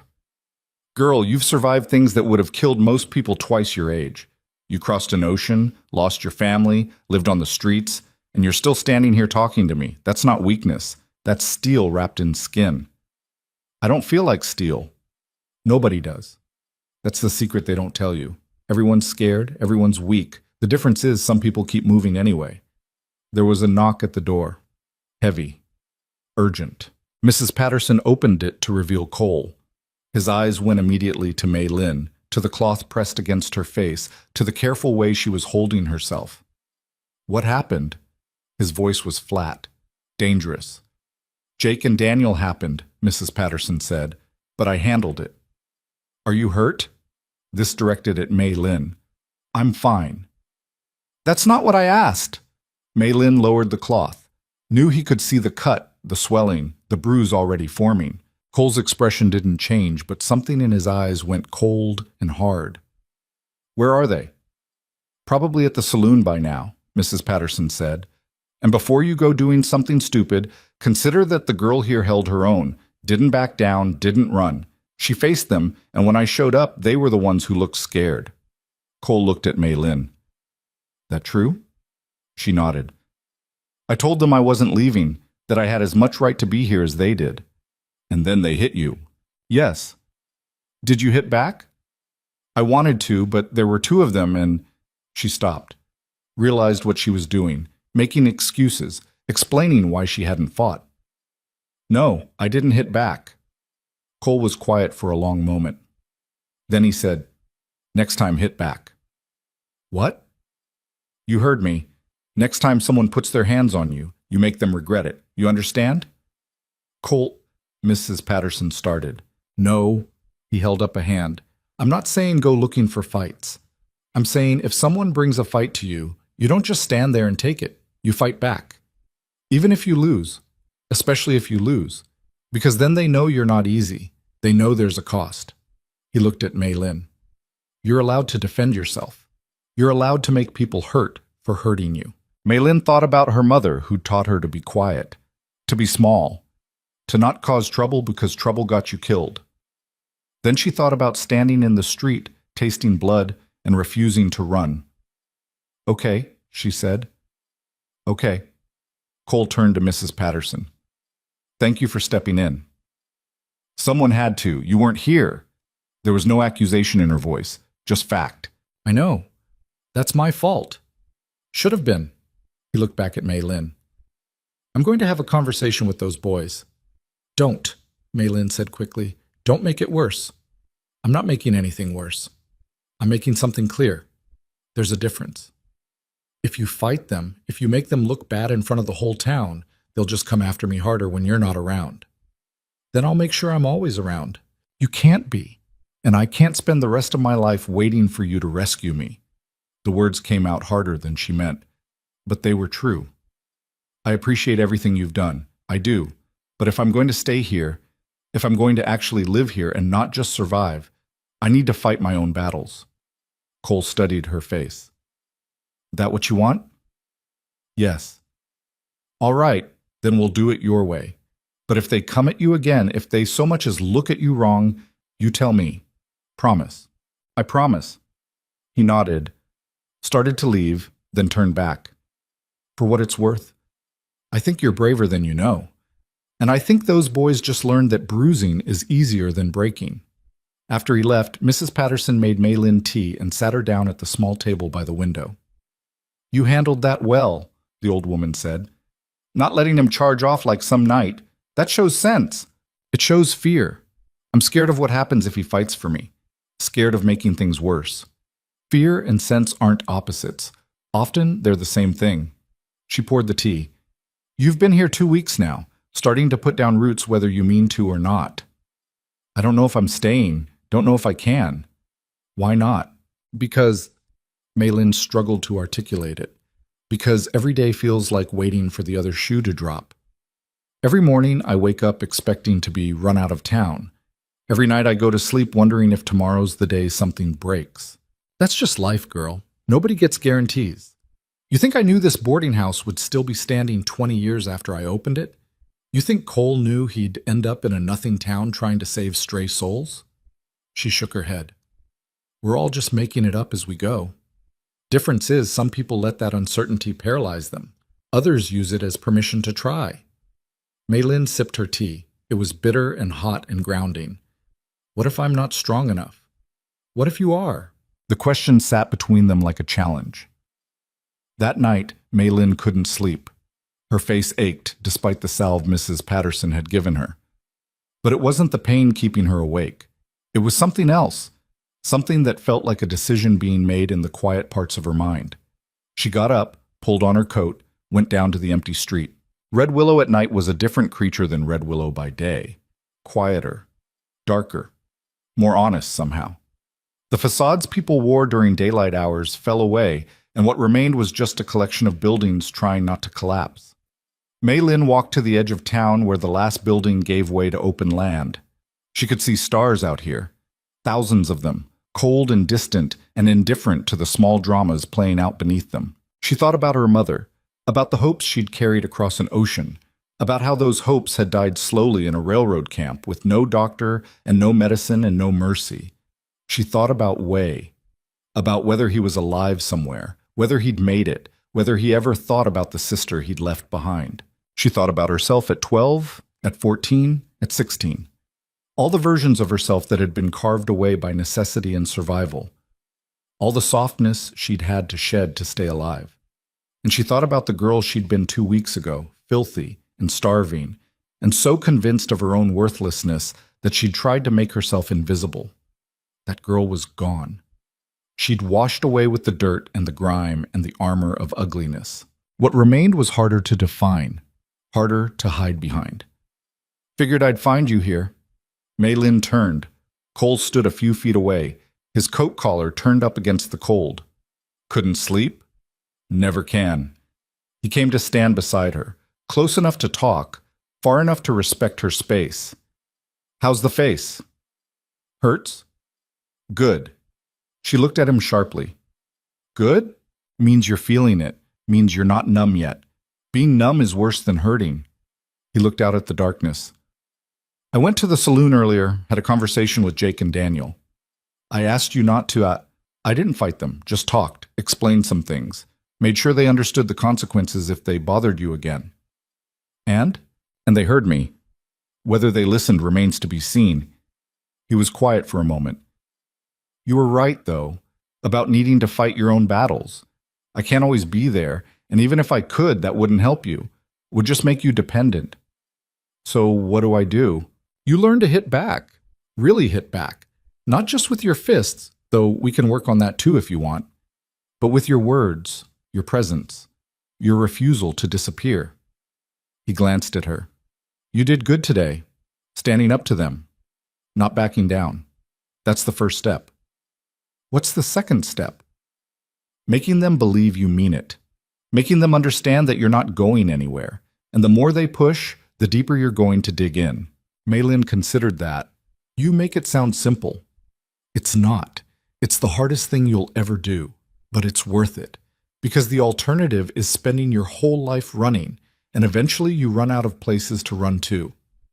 She knew he was right, knew she'd already run as far as she could go. Red Willow wasn't perfect. It wasn't even particularly welcoming, but it was the first place she'd stopped running, the first place she'd allowed herself to be seen. Cole? What you said earlier about me being braver than I know, did you mean that? Yeah. Why? I don't feel brave. I feel terrified most of the time. That's what makes it brave. Being scared and doing it anyway. He turned to face her. You want to know what I see when I look at you? She nodded. I see someone who's survived things that would have killed me. I see someone who's been beaten down and told she's worthless and still gets up every morning and keeps going. I see someone who's learning to stand when every instinct says to hide. He paused. That's not weakness, Maylin. That's the definition of strength. She felt something crack in her chest, not breaking, opening. "I'm tired," she said quietly. "I'm so tired of being strong, of having to prove I deserve to exist." "I know. When does it stop? When do I get to just be?" "I don't know. But I know it starts with deciding that you're done asking permission. Done waiting for the world to give you permission to matter. You just matter, period. And anyone who says different can go to hell." Maylin laughed despite herself. It came out wet and shaky, but real. "You make it sound easy." "It's not easy, but it's simple. You just decide. And then you live like you've decided." They stood there for a while longer, watching the stars wheel overhead. Two broken people trying to build something whole out of the pieces they had left. Finally, Cole said, "Come on, it's late, and you've got work tomorrow." "We have work tomorrow." "That's what I said." Walking back to the boarding house, Maylin felt something shift inside her, a decision being made, a line being drawn. She was done running. She was done hiding. Red Willow might not want her, but she was staying anyway. She would work. She would pay her way. She would stand in the open and dare the world to tell her she didn't belong. And if Jake and Daniel came at her again, she would hit back. Maybe she'd lose. Probably she would. But they would know they'd been in a fight. They would know there was a cost to making her bleed. She would make sure they knew. The next morning, Maylin woke before dawn. Her face was a mess of purple and yellow bruising, the cut on her cheek scabbed over and ugly. She looked at herself in the small mirror above her wash basin and didn't flinch. This was her face, her skin, her body that had survived. She got dressed, went downstairs, found Cole already waiting with coffee and breakfast. "Morning," he said, handing her a cup. "Morning." He studied her face. "How's it feel?" "Like I got punched by an angry drunk. But I'll live." "Good." He set down his own cup. "I've been thinking. Those boys are going to keep pushing until something gives. And I'd rather it be us that does the pushing." "What do you mean?" "I mean, we don't wait for them to come to us. We go about our business. We work. We exist. And we do it so visibly, so undeniably, that the whole town has to acknowledge you're here. Not as my charity case. Not as someone who's being tolerated. As someone who belongs. How do we do that? By living like we've already won." He smiled. It was a small, hard smile. "By acting like your place here is so obvious, so settled, that anyone who questions it looks like a fool." Maylin thought about that, about the power of simply existing without apology. "All right," she said, "let's do it." They spent that day working on a new project, building a chicken coop for a widow on the south end of town. The woman was wary at first, kept glancing at Maylin with uncertain eyes. But as the day wore on and the coop took shape, her wariness faded. "You're good with your hands," she said to Maylin at one point. "Thank you." "Where'd you learn?" "From watching, from doing, from making mistakes and trying again." The widow nodded slowly. "That's the only way to learn anything worth knowing." By the end of the day, the coop was finished. The widow paid them and offered Maylin a basket of apples from her tree. "Take them. You earned them." Maylin took the basket, felt the weight of it in her hands. Such a simple thing, such a normal thing. Being paid for work with money and apples and respect. Walking back through town, they passed Jake and Daniel lounging outside the saloon. The boys watched them with hard eyes. Maylin met their gaze and didn't look away. Didn't flinch. Just kept walking with her basket of apples and her bruised face and her head held high. She saw something flicker in Jake's expression. Uncertainty, maybe. Or the first shadow of doubt. Good. Let him doubt. Let him wonder if maybe, just maybe, she wasn't as easy to break as he'd thought. That night, Maylin sat in her room and ate an apple. It was crisp and sweet and tasted like victory. The confrontation Maylin had been bracing for came on a Thursday, 3 weeks after that first basket of apples, in the middle of Red Willow's main street where everyone could see. She'd been carrying lumber from the mill to a construction site when she heard the familiar voices behind her. This time she didn't tense, didn't quicken her pace, just kept walking. "Still here, I see," Jake's voice, slurred at the edges despite it being barely noon. Maylin set down the lumber carefully and turned to face them. Jake and Daniel stood 5 feet away, flanked by 2 other boys she recognized from the saloon. Safety in numbers. Cowards always traveled in packs. "I'm here," she said, her voice steady. And I'll be here tomorrow. And the day after that. Big words for someone who got their face rearranged last time we talked. Jake took a step forward. People on the street were stopping now, watching. Thought you'd have learned your lesson. I did learn. I learned that you hit like a drunk. All wind, no power. The insult landed. She saw it in how Jake's face went red, how his fists clenched. Good. Let him be angry. Angry people made mistakes. You got a mouth on you now, Daniel said. Turner teach you that? Nobody taught me. I just stopped pretending to be smaller than I am to make cowards feel big. One of the other boys, thin, with a face like a weasel, laughed nervously. She's got you there, Jake. Jake wheeled on him. Shut up, Tommy. Then back to Mei Lin. You think you're tough? You think because you got one old woman with a shotgun and a has-been gunfighter watching your back that makes you something? No, what makes me something is that I'm still standing. That every day you try to make me disappear, and every day I show up anyway. That's what makes me something you can't handle. She was pushing. Knew she was pushing, but she was tired of waiting for them to make the first move. Tired of living defensively. If there was going to be a fight, she wanted it now. Here, where witnesses could see who started it. You want to hit me? She continued. Go ahead, do it in front of everyone. Show the whole town what brave men you are. 4 against 1. I'm sure your fathers will be real proud. Don't you talk about my father, Jake snarled. Why? Everyone else does. Everyone knows he drinks himself stupid and beats your mother bloody. Everyone knows that's where you learn to punch women, from watching him. Jake lunged. Mei Lin was ready. She'd been ready for weeks.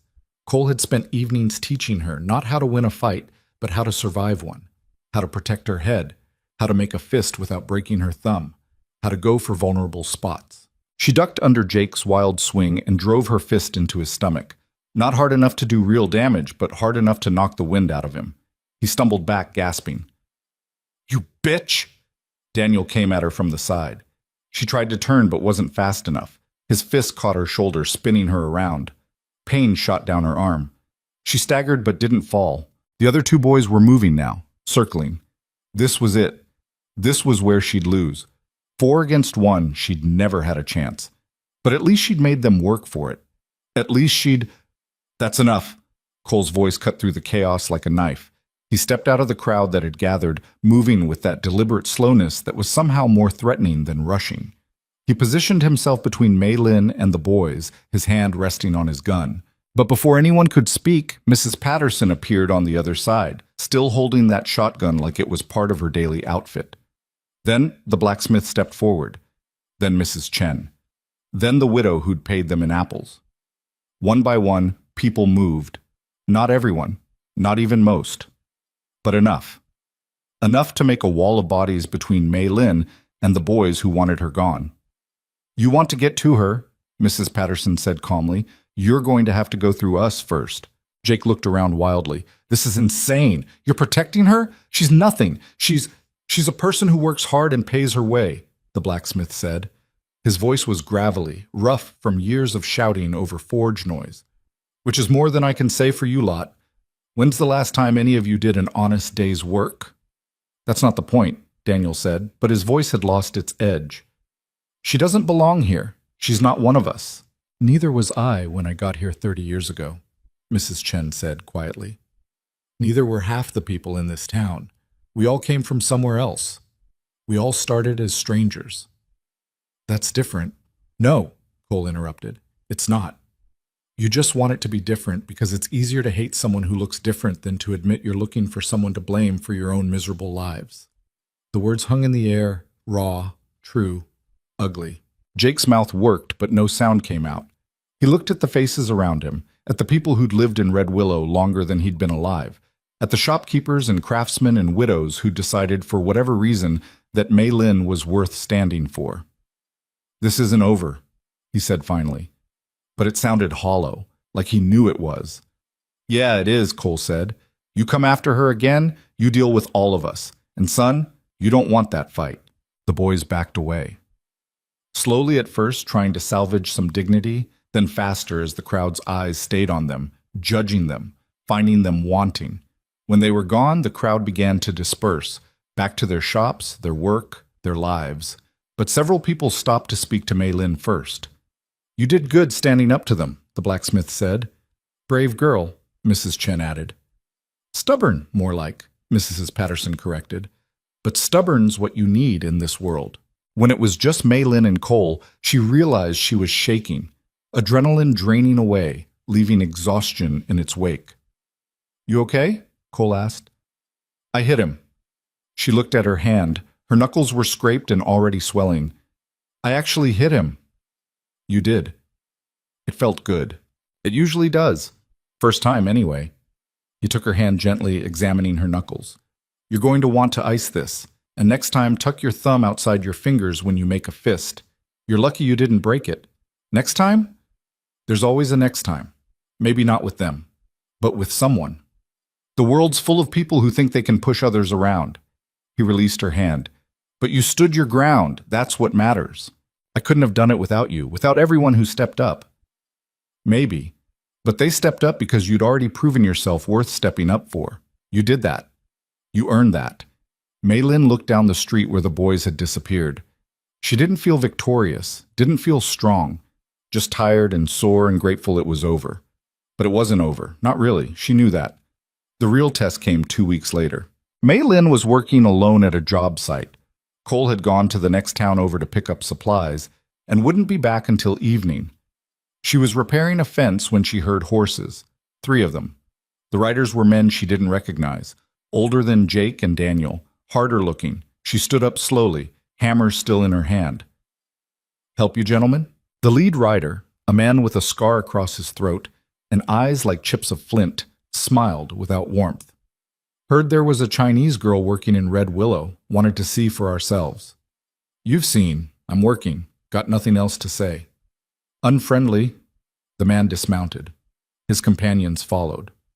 "We're looking for someone. Chinese boy, about 15 now. Ran away from a railroad camp couple years back. Thought maybe you'd know something about that." Mei Lin's heart stopped. Wei. They were asking about Wei. "I don't know anything about any railroad camp," she said carefully. "That's funny, because we heard you came from one yourself. Heard you had family there. A brother, maybe?" "I don't have a brother." It hurt to say. Hurt worse than any punch. But she said it firm and didn't let her voice shake. The man studied her. "See, the thing is, that boy stole from the camp when he ran. Not much. Just enough to make it our business to find him. And we've been tracking him for a while now. Trail led us here." "Well, he's not here." "You sure about that?" "I'm sure there's nothing in Red Willow for you, so you can get back on your horses and leave." The man's smile widened. "Got some spine on you. I like that. But here's the thing. We're not leaving without answers. And if you can't give us answers about the boy, maybe you can give us answers about yourself. How'd you end up here? Who's paying your way? You working off a debt, or you just spreading your legs for—" The hammer flew before Mei Lin consciously decided to throw it. It didn't hit the man. Her aim wasn't that good. But it came close enough to make him jerk back. "Get out," she said. Her voice was shaking now, but not with fear, with rage. "Get out of this town before I find someone with a gun and better aim than I have with a hammer." The man's eyes went cold. "You just made a mistake, girl." He started toward her, then stopped. Mrs. Patterson stood at the edge of the property, shotgun raised and aimed. But she wasn't alone. Behind her stood 6 townspeople. The blacksmith with his forge hammer, Mrs. Chen with a pistol that looked too big for her small hands, Morrison from the general store with a rifle, even Tommy, the weasel-faced boy who'd been with Jake and Daniel, holding a length of wood like a club. "She told you to leave," Mrs. Patterson said. "So leave." The scarred man looked at the assembled group. Did the math. 3 against 7, and the 7 had the weapons and the high ground. "This isn't worth the trouble," he muttered to his companions. Then louder, to Mei Lin, "If you see that boy, you tell him we're still looking. Tell him there's nowhere far enough to run." They mounted their horses and rode out. Mei Lin stood frozen, watching until they disappeared. "You all right?" Mrs. Patterson asked, lowering the shotgun. Mei Lin nodded. Couldn't speak yet. "Who are they really looking for?" the blacksmith asked. "My brother." The words came out before she could stop them. "They were looking for my brother." "Is he here?"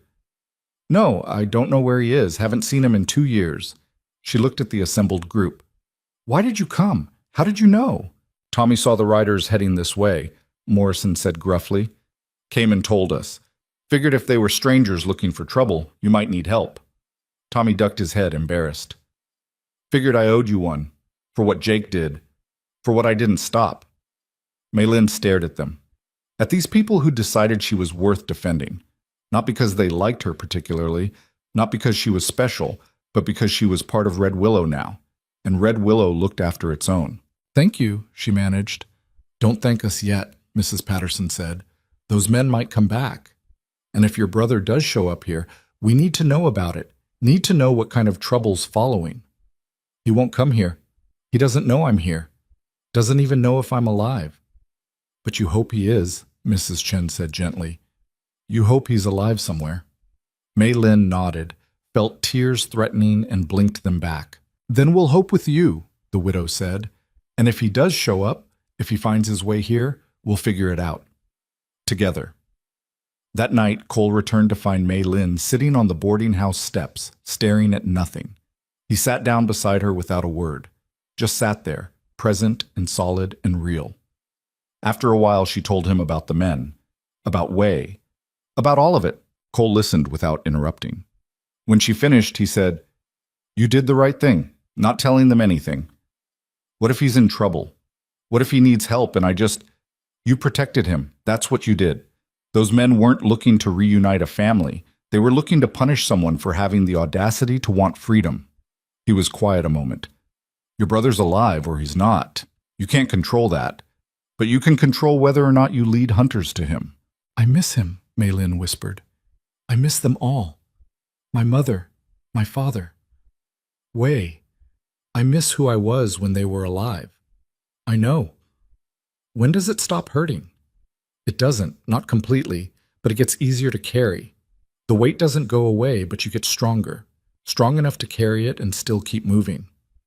Mei Lin looked at him, at his scarred face and weathered hands, and the way he held himself like a man who'd carried too much for too long but refused to put it down. Do you ever regret it? She asked. Helping me? Taking on all this trouble?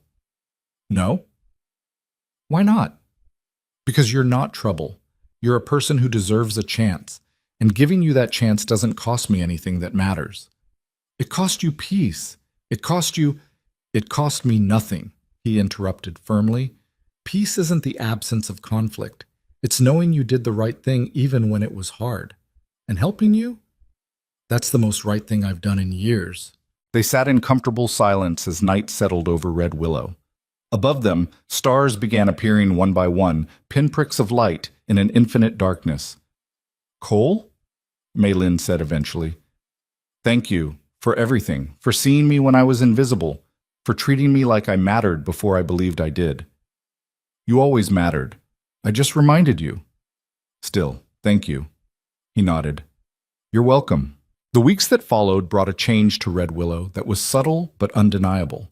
Mei Lin stopped being the Chinese girl Cole Turner kept around and became simply Mei Lin, the woman who could fix a fence straight and true, who showed up for work on time and did what she said she'd do, who'd stood up to bullies and hunters and refused to disappear. Not everyone warmed to her. Jake and Daniel kept their distance, but their resentment never fully faded. Morrison still charged her extra when he could get away with it. There were still looks, still whispers, still moments when she felt like an outsider looking in. But there were other moments, too. Moments like when Mrs. Patterson taught her to make bread, patient and thorough, treating her like a granddaughter instead of a tenant. Moments like when the blacksmith offered her steady work, not as a favor but because she'd proven herself capable. Moments like when children started waving to her on the street, calling her by name, asking to see the fence she'd built or the coop she'd fixed. Small moments, normal moments, the kind that made a life. 3 months after that first night in the stable, Mei Lin stood in front of a mirror in her boarding house room and barely recognized herself. Not because she'd changed so dramatically, but because she finally looked like someone she remembered being, clean, fed, solid, real. There was a knock at her door. Come in. Cole entered, hat in hand. Got something for you. He handed her an envelope. Inside was money, more than she'd ever held at once. What is this? Your share from the jobs we've been doing. Been setting it aside. Figured you might want to start saving, maybe get a place of your own eventually, or maybe just have something put away for emergencies. Maylin stared at the money, at the proof that she'd earned something, built something, created value through her own hands and effort. This is too much. It's exactly what you're owed. I kept track. He shifted his weight. Look, I know you've been staying here because it's cheap and convenient, but you've got options now. You could rent a room somewhere else, could even think about buying a small place if you save enough. You don't have to stay just because— I'm not staying because I have to, Maylin interrupted. I'm staying because I want to, because Red Willow it's home now, or as close to home as anywhere's been in a long time. Cole smiled. Good, because the town would be worse off without you. You really believe that? I know it. You've made people think, made them question their assumptions. That's valuable, even when it's uncomfortable. Maybe especially when it's uncomfortable. Maylin looked at the money in her hands, then at Cole. This man who'd seen her at her lowest and treated her with dignity anyway. Who'd never asked for anything in return. Who just kept showing up day after day, proving through action that kindness wasn't weakness and decency wasn't naive. I want to ask you something, she said. And I need you to be honest. Always am. Do you think I'll ever stop feeling like I have to prove I deserve to be here? Like I have to work twice as hard, be twice as good, just to justify my existence? Cole considered the question seriously. Probably not. Not completely. That's the price of being different in a place that values sameness. But here's the thing. You were already working twice as hard and being twice as good. That's not new. What's new is that now you're getting credit for it. Now people see the work, not just the worker. Is that enough? Only you can answer that. But I'll tell you what I think. I think you're exactly where you're supposed to be. I think you're building something here that matters. And I think anyone who can't see that is blind in ways that have nothing to do with their eyes. Maylin folded the envelope carefully and set it on her dresser. I saw my reflection today, really saw it, and for the first time in years I didn't see something broken. I saw someone who survived, someone who's building a life instead of just enduring one. That's because that's what you are. I couldn't have gotten here without you. Maybe, but you're the one who did the work. You're the one who chose to stay instead of run. You're the one who stood up when standing up meant getting hit. I just held the door open. You're the one who walked through. There was a commotion outside, voices raised in excitement. Cole and Maylin went to the window and looked out. A wagon had arrived, some traveling merchant selling goods. People were gathering, examining wares, chatting with neighbors. Normal life. Normal evening. And there, in the middle of it all, was Maylin's reflection in the window glass. Not hiding in the background. Not pressed against walls. Just standing there, visible and solid and undeniably present. She thought about the girl who'd sat filthy and starving outside Morrison's store, convinced that being invisible was the same as being safe. She thought about all the versions of herself she'd shed like old skin, the terrified child, the desperate survivor, the girl who thought dirt was armor. What remained was harder, sharper, more real, not perfect, never perfect. She still woke with nightmares sometimes, still flinched at raised voices, still felt that flutter of panic when men looked at her too long or stood too close. But she was here, alive, building something, and that was enough. That was everything. Cole touched her shoulder briefly. Come on, Mrs. Patterson's making stew. Says if we're late, she's giving our portions to the dog. She doesn't have a dog. That's how you know she's serious. They went downstairs together, sat at the long table in the boarding house dining room with the other residents. Mrs. Patterson served stew that was too thick and bread that was slightly burnt, and Maylin ate every bite because it tasted like belonging. After dinner, she walked through Red Willow's streets one more time, past the general store where Morrison was closing up for the night, past the saloon where Jake and Daniel would be drinking themselves stupid, past the church and the blacksmith and all the small businesses that made up this small town.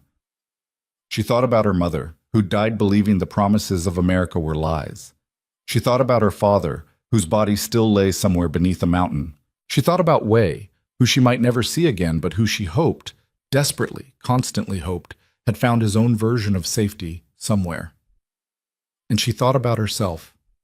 About the girl who'd learned that survival wasn't the same as living, that being seen could hurt, but being invisible hurt worse, that belonging wasn't something you were given, but something you built, brick by brick, day by day, through the simple act of refusing to disappear. The stars were bright overhead, cold and distant and beautiful. Maylin stood in the middle of Red Willow's main street and let herself be seen. Let herself take up space. Let herself exist without apology or shame or fear. And for the first time in longer than she could remember, she felt like she was exactly where she was supposed to be. Not because the world had welcomed her with open arms, not because every person in Red Willow had decided she deserved to be there, but because she had decided. She had claimed her space and defended it and refused to let anyone tell her she was less than human. That was the truth beneath all the dirt she'd finally washed away. Not beauty, not worthiness in someone else's eyes, just the stubborn, undeniable fact of her own existence. And that was enough. That was everything. She turned and walked back to the boarding house, where Cole was waiting on the porch with 2 cups of coffee. "Thought you might want this," he said, handing her one. "Thanks." They sat in comfortable silence, watching Red Willow settle into night. "You gonna be okay?" Cole asked eventually. Maylin thought about it, really thought about it. "Yeah," she said. "I think I am." And she meant it. Not because everything was perfect, not because all her problems were solved, not because the world had suddenly become kind, but because she'd learned the most important lesson anyone could learn, that you didn't need the world's permission to matter, that belonging was something you built, not something you were given, that the strongest armor wasn't dirt or invisibility, or making yourself small. It was simply refusing to disappear. She'd been filthy when Cole found her, starving and desperate and convinced she was worthless. But beneath all that dirt had been something that no amount of suffering could destroy, the stubborn, resilient, unbreakable core of who she was. And now, clean and fed and finally visible, she could see it too. Not what had been washed away, but what had always been there, waiting for someone to notice, waiting for her to notice. Courage.